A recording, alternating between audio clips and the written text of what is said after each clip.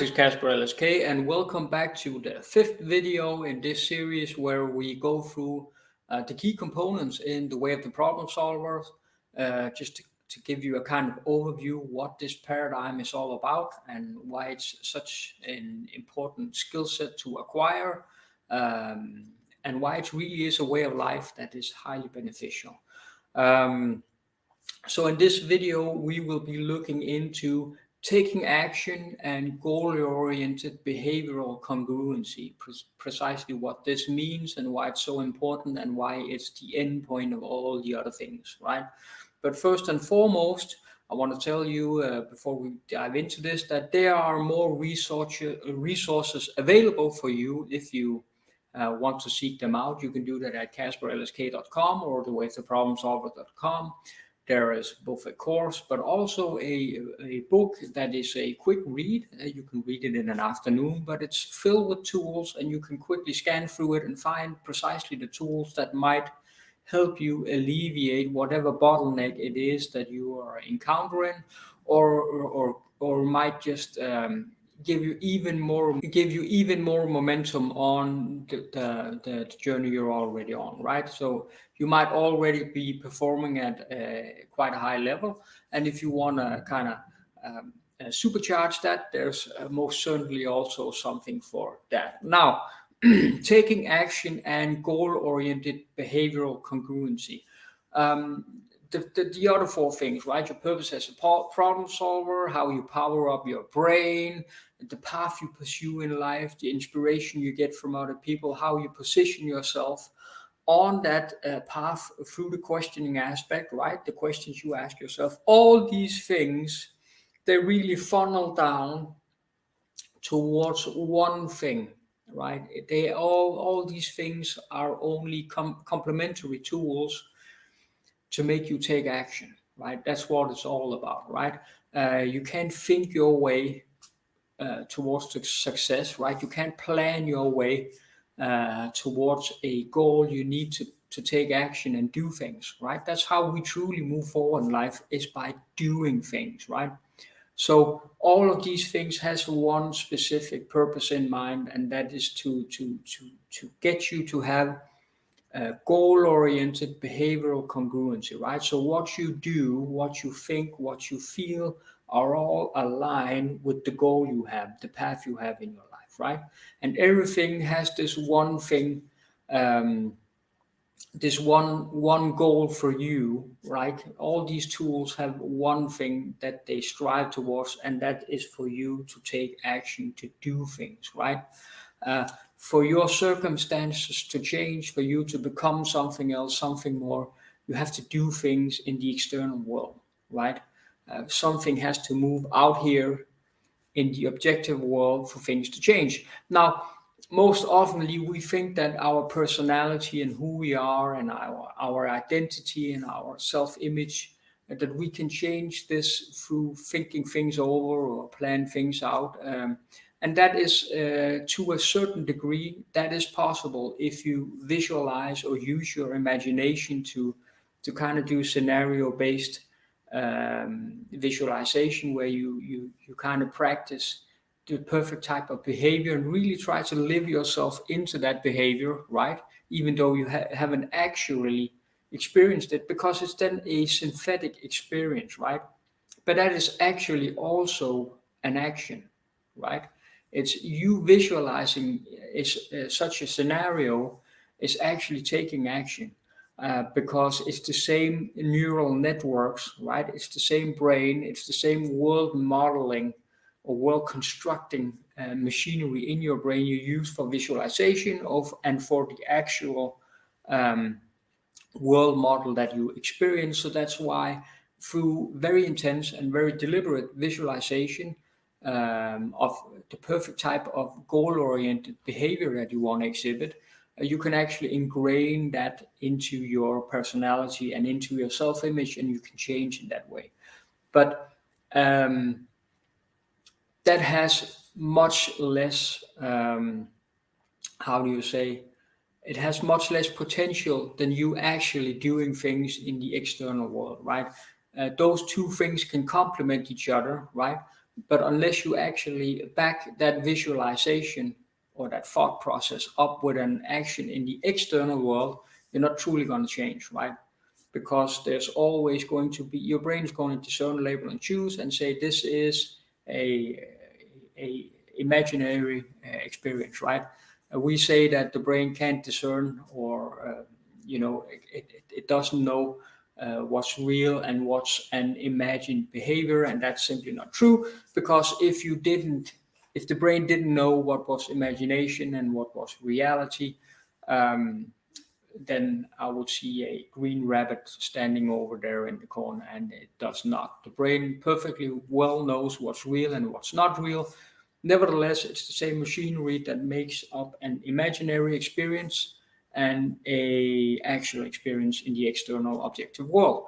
Now, the reason why visualization then works is not because we can't discern between what's reality and what's an imagined experience, is because the brain is actually hardwired towards scenario-based visualization, right? That's how we became the dominant species on Earth, is because we have the capability to imagine what if, right? If I did this, what would happen, right? We're able to predict the future through our imagination, right? Through thinking what would happen, through our curiosity and our imagination, and through trying to predict the future. And that's why it works, and that's why it's something you can use to change your self image. But taking action, right, in the external world is what's truly going to change your behavior and truly going to change how you perceive yourself. And it's also what's going to build confidence, right? You can't fake your way to confidence. Confidence comes from certainty, right? If you have actually done something, right, you know without a shadow of doubt, right, that you can do it because you've done it. So once you have certainty, you have confidence as to how you act and feel and how you carry yourself. So it's so very important that we do things um, to gain that certainty, right? To gain new skills, we acquire skills through action, through actually doing things. And once we start to take action, we just have to kind of acknowledge that we're going to be very shitty at it in the beginning. And as we perform a specific type of action or keep uh, rehearsing and practicing a skill set, we will get better and better at it. And those skills that we acquire eventually are going to unlock us being able to overcoming a problem or an obstacle and move us one step forward towards our goal, right? And if it's our path in life, there's going to be continuously be more and more milestones, higher and higher levels of skills that we can build. And this is the path we're on. And just continuous process of learning and taking action and doing new things and becoming more, achieving more, this transformation that you feel is going to be highly exhilarating, and it's going to leave you with this sense of purpose and meaning of life, and you're going to feel good about yourself, especially if you use that to contribute to other people. If you self-actualize, we talked about that in the path you pursue in life, but ultimately to pursue a path, right? A path is something you walk, right? You take action, you take one step after the other, right? And you move forward towards things. Now, taking action and having goal-oriented behavioral congruency. Once you position yourself on the path, once you have a clear goal and you know how to decide, you know what types of behavior you should pursue and what types you shouldn't do, you know how to be congruent with that, then you need to take action and do things. And it's very important. One of the most important things you can do is to lower your action threshold, right? Which means that if you set your sight on too big of a thing, it becomes overwhelming, right? You really need to narrow it in and focus on the first initial step, right? It needs to be so small, right? You need to reverse engineer whatever milestone you're pursuing currently, right?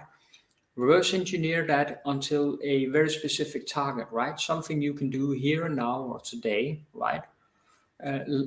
narrow it down into a bite-sized thing where you can take action and actually accomplish it today. And once you narrow that down to such a small, it almost needs to be so small that it would be ridiculous for you to not do it. Okay, so let's say you want to write a book, right? Or put up a web page or put out content like I do right now, right? My go-to thing is I need to put myself in front of the computer and turn it on. It's that simple. I don't think about writing a chapter in a book or performing a whole piece of content. I might have a content structure, right? So I can deliver my message and communicate with you clearly. But I haven't scripted out every word, right? I'm going to keep practicing communication until I get good at it, right? That's just how you move forward. But the initial step for me to produce content or put up a web page or whatever it is, right, is just putting myself in front of the computer, right? If you need to work out, it's not, you shouldn't be focusing on having finished a workout, right? 5 different exercises or whatever, working out for an hour. Don't focus on that. Focus on taking your clothes and putting it in the gym bag, right? The day before, so you prepare yourself. And then the next day, what you should be focusing on initially is just picking up that gym bag and then starting to walk out the door and get to the gym. And then once you're in the gym, you don't focus on the end of the session, right? You focus on the first exercise, right? And once you sit down to perform the first exercise, you focus only on the first repetition, and you count out the rep, and then that's one cycle of repetitions, right? So narrow down whatever it is you're pursuing, the milestone, until a clear target, and then further reverse engineer that target into the smallest, such a small initial action that it will be ridiculous for you to not do it, right? For me as a man, I like to perceive myself as competent, as someone who takes action and pursue the things that I want in life, right? But I'm not immune to feeling overwhelmed from the magnitude of the things I pursue, right? Because once you have a great goal, it fills you up with excitement, because you really want to achieve this goal. You want to transform yourself. You want to become more, right, and evolve. But it seems almost overwhelming because there's so many milestones and there's so many different aspects to it. And what you do is you narrow it down to such a small initial step. And for me to say to myself, I can't even sit down in front of a computer and turn it on, I will feel ridiculous. I will absolutely feel like a ridiculous a human being if I couldn't sit down in front of a computer and turn it on, right? It comes down to that. And so it becomes almost laughable, right? So in my head, like, what? You can't even sit down in front of a fucking computer and turn it on and then just see what happens, right? Be curious about it. And so the first initial steps becomes so small as almost ridiculous not to take action. And you take that first step, and then the first step on the path will really reveal the next step, right? The path will relieve, or the road you have to follow, or the steps you have to take will reveal itself to you as you go along. And that's why it's so important that you start taking action, right? You need to have some sort of a plan as to what it is you need to practice and where it is you want to go, what's your path in life, right? You need to have an overview, but not in minutia, right? These things where people say, oh, you need to have like a 90 or 90-day plan or whatever, where each day is planned out with 5 different steps. It never works out, right? You are going to become overwhelmed with these 117 steps you need to perform in the next 90 days and 18 milestones. And it's in your head, right? It's going to bog you down. Just the magnitude of these things, right? It's too big of a focus, right? Narrow it down, right, until the first in it. And then also, because if you have these many steps over a too long of a time horizon, then your brain because your brain is geared towards thinking in path, duration, and outcome, right? What is it I need to do, right? What can I realistically get out of it, and how long is it going to take? And if you try to view too far ahead in the future, too many steps or milestones out, right? You're going to get overwhelmed because your brain is going to think, how are we going to manage this? What if this happened? What if that happens? What if, uh, uh, you know, uh, risk factors or feelings of self-doubt and uncertainty? Can I manage these so many things it becomes too big, too overwhelming, and so you procrastinate and you postpone, right? And the pressure you have because you want to pursue that goal, right? You really want to pursue that goal because it matters to you, right? So you have this pressure that's designed to drive you towards that goal. But if you have this too overwhelming of a perspective on too many things, it will just push against you. It creates so much friction that you are going to resort to either procrastination or postponement, and then you're going to try to control your emotional state through consumption of something that changes your emotional state and gives you a relief. In other words, you're going to eat crappy food or watch porn and wank off or whatever the fuck it is, right? Um, Binge watch TV series instead of working on your life's project, right? There's a lot of different ways, but we're trying to control our emotional state, but really it's all centered around consumption, right? So we get a sense of well-being from consuming something instead of doing something.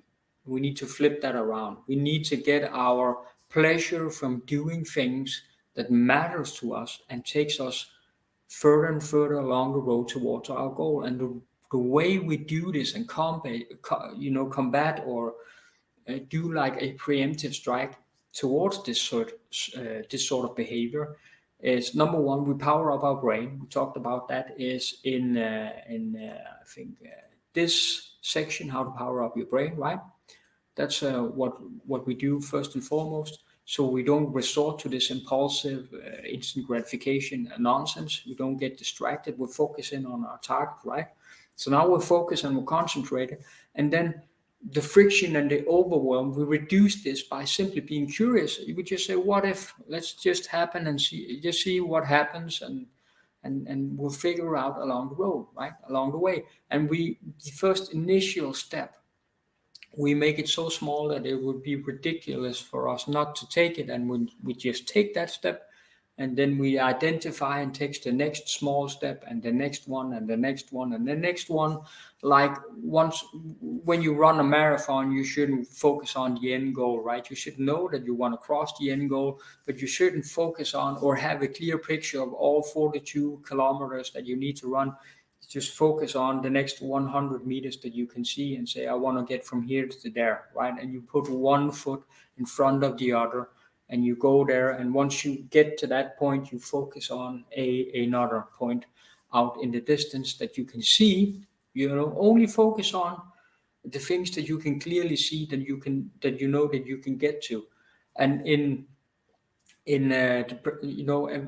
if we are to relate that to taking action, then what you should be focusing in on is the smallest initial action that you can take, that then will really reveal the next logical step along the road, and you just do one step after the other until you are there, or until you get to where it is you want to go. This is also a key pointer for you to remember, is that once you start taking this action, is you should never get to the point where you're pressuring yourself to a point where you feel exhausted. Always kind of stop when you're ahead, right? So once you're into something that you really like, right, you're into the flow state, stop when you're peaking, right, at that state, when you're really performing. So you stop at a high note. And this high note will also be a hook point. So if there's something where you're very excited about doing it, you're good at doing it, right? Something where you know that you can immediately pick up where you left off, right? This is a hook point. Always stop at a hook point, because the next time when you need to take action on your life project or the path you're on, the milestone you're pursuing, the skill you're trying to acquire, if you stop at a hook point, then you have your desire and drive and determination that pushes you forward, and then this hook point will pull you in at the same time. So we will have a push forward and a pull forward effect, right? Instead of things pushing against each other. So you will immediately get into flow again, right? So identifying hook points, right? Once you're pursuing a skill set or a project or whatever it is, and always stop at a hook point when you are not exhausted and when you are peaking. This is my final tip as to taking action. And once again, please know there's a lot more of resources available for you at casperlsk.com or thewayoftheproblemsolver.com. If you're into this, if you like this, if you want more of this, you can go to either of those places. You can get the book. There's a course if you want to really invest and move forward. There's a wait list for coaching, and I want to say, yeah. So there's resources available for you if you want to pursue this further, and if you kind of now you have an overview of what it means. This thing, the way of the problem solver. Let's quickly recap. Right, you accept your role and responsibility, and the paradigm shift that it is that you need to pursue problems and kind of overcome problems and solve them to move forward in life. Right, you power up your brain. You find your path forward in life. Right, you let yourself be inspired by just the giants that went before you, the other people who's contributed to our collective human endeavor, right? And you set yourself in on a goal that you want to achieve, right? Your life's purpose. And then you start to travel down that road, right? You position yourself firmly on that road. You use your questioning aspect to like make the right decisions continuously to keep you in line so you don't get steered off course, right? And then you take action and you have behavioral congruency consistently, and then you move forward towards your goal one step after the other until you transform, you become and achieve what it is you want in life, you become more. Then you reach a goal or a milestone, and then you go for the next one and the next one and the next one. It never ends. This is the purpose with life. This is what's going to make you feel good. And at the end of your life, you will be able to look back and say, this was my life's work. I made something out of myself. I made things happen. My life gave meaning and sense to me, right? I had her purpose in life, right? I achieved the things I wanted to achieve. I did something about it. I became the person that I wanted to become, right? I realized my potential, right? So important that at the end of our lives road that we can look back and say, we did this, right? With a sense of accomplishment. And that is what the way of the problem solver is about. It's a skill set you learn and acquire, right? And once you've learned and acquired this skill set, fully ingrained and adopted this paradigm shift, right? This way of life, then you can leverage that continuously and on an ongoing basis to just learn and grow and evolve until to higher and higher levels of proficiency. And so we conclude our introductory series to the way of the problem solver. I hope you got a lot of value out of this. And if you want more, there at casperlsk.com or thewayoftheproblemsolver.com, you can get more resources. You can like, subscribe to this channel wherever you saw this video. You can support that. If you have questions, put them down below in the comment section. I will answer you directly as best I can. And before I forget, it's kind of a catchphrase. I want to end up with this. So until we see ourselves, until the next time, right? Go out there, take action, right? Move forward in life, solve problems, get shit done. You got this. You can absolutely do it. It was your birthright. You were born with this skill set. It's hardwired into you. I can't teach you. It's not so much me teaching you things as it is me revealing what's already inside yourself.